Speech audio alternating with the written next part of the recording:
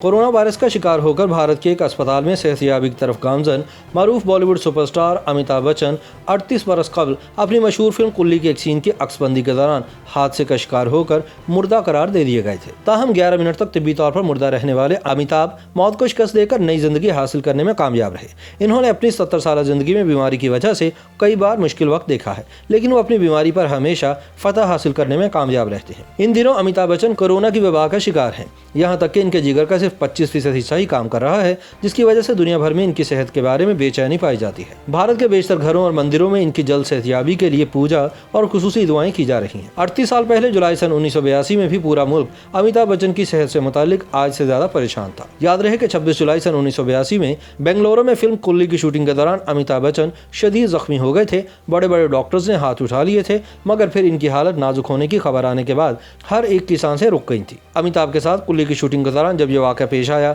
उस वक्त इनकी उम्र 40 साल के करीब थी। जब अमिताभ बच्चन की हालत बेंगलुरु में बहुत ज्यादा संगीन हो गई तो इन्हें वहां से मुंबई के ब्रज कैनेडी में मुंतकिल किया गया। अमिताभ बच्चन जुलाई सन 1982 में बेंगलुरु में फिल्म कुल्ली की शूटिंग कर रहे थे। बेंगलुरु में शूटिंग की खास वजह वहां का रेलवे स्टेशन था। शूटिंग के कुछ दिन बाद 24 जुलाई को अमिताभ बच्चन ने मुंबई से अपनी अहलिया जिया बच्चन और बच्चन श्वेता और अभिषेक को भी बेंगलुरु बुला लिया। हर दिन की तरह 26 जुलाई को भी जब अमिताभ शूटिंग के लिए बाहर आए तो किसी को मालूम नहीं था कि आज का दिन अमिताभ की जिंदगी बदल देगा। उस दिन शूटिंग का सेट बेंगलुरु यूनिवर्सिटी के ज्ञान भारती कैंपस में लगा था। अमिताभ सेट पर पहुंचकर कुल्ली के लिबास में आ गए थे।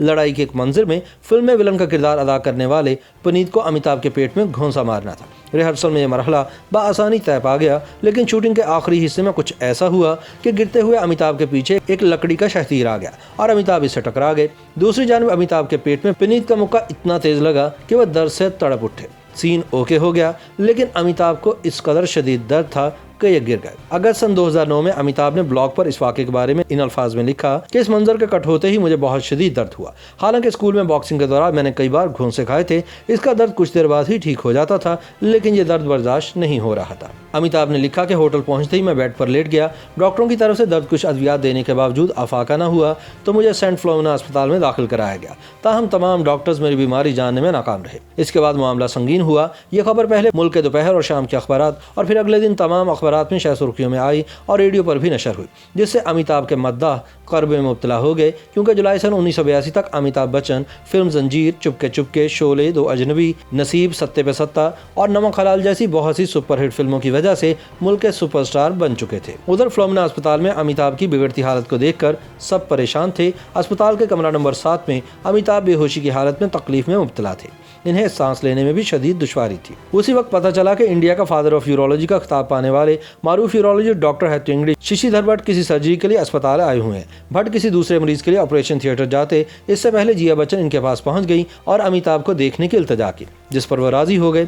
चोट की जगह सूजन, अमिताभ की हालत और एक्सरे देखने के बाद इनकी आंखें खुली की खुली रह गई। डॉक्टर भट्ट एक्सरे देखते ही ऊंची आवाज में बोले कि अभी इन्हें ऑपरेटिंग टेबल पर ले आओ, नहीं तो शाम की प्रवास से आप इनकी मैयत ले जाएंगे। दरअसल अमिताभ की इस पहली सर्जरी के बाद पता चला कि इनकी आंत फट गई है और जहर पूरे पेट में फैल चुका है। लिहाजा अमिताभ को मुंबई के ब्रज कैनेडी अस्पताल में मुंतकिल करने का फैसला किया। दूसरी तरफ बेंगलुरु में अमिताभ की जो सर्जरी की गई थी उस जगह से खून रस रहा था। इसके बाद ब्रज कैनेडी में डॉक्टर एफ उड़वाया और इनकी टीम ने अमिताभ की एक और सर्जरी की, लेकिन अमिताभ की आंतों से खून बहने का अमल जारी रहा, जिसकी वजह से इनके जिस्म में खून की बेहद कमी हो गई। सूरत हाल ऐसी हो गई कि ब्रज कैनेडी में दाखिल होते वक्त इन्हें तकरीबन 60 यूनिट खून दिया गया। दूसरी जानब डॉक्टरों की बेहतरीन काविशों के बावजूद 2 अगस्त को अमिताभ का बीपी और पल्स 0 हो गया। ये देखकर डॉक्टरों ने उम्मीद छोड़ दी, यहाँ तक कि जिया से कहा कि अब कोई उम्मीद नहीं, आखिरी बार जाकर अमिताभ को देख लें। देखते ही देखते वो तिब्बी तौर पर मुर्दा हो गए थे। ये देखकर अफरा तफरी फैल गई। 11 मिनट तक इनके दिल की धड़कन और नब्ज का कोई पता नहीं था। लेकिन फिर डॉक्टर उड़वाडिया ने अमिताभ को आखिरी उम्मीद के तौर पर अद्वियात की ज्यादा मिकदार की शक्ल में चंद इंजेक्शन दिए। कुछ देर बाद जिया ने अमिताभ के पैर में हरकत देखी तो खुशी से चीख उठी। चंद लम्हों बाद अमिताभ ने आंखें खोली। वह हैरत से सबकी तरफ देख रहे थे। इसके बाद सब मुरझाए और रोते हुए चेहरे खिल उठे। उस दिन यानी 2 अगस्त को तकरीबन 11 मिनट तक तिब्बी तौर पर मुर्दा रहने के बाद अमिताभ की सांसें दोबारा लौट आए। उस दिन के बाद से इसी दिन को अमिताभ के दूसरे जन्म का दिन कहा जाता है।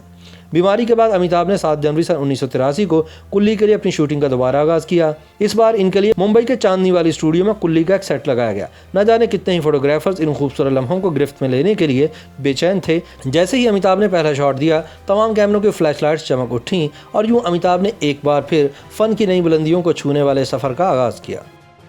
YouTube पर गूगली न्यूज देखने के लिए youtube.com की सर्च बार में गूगली न्यूज टीवी टाइप करें। गूगली न्यूज के पेज पर सुर्ख रंग के सब्सक्रिप्शन वाले बटन पर क्लिक करना ना भूलिए। YouTube पेज पर अपलोड होने वाली वीडियोस से बाखबर रहने के लिए बेल आइकन पर क्लिक कीजिए। आपको हर नई वीडियो के बारे में नोटिफिकेशन मौसूल हो जाएगा।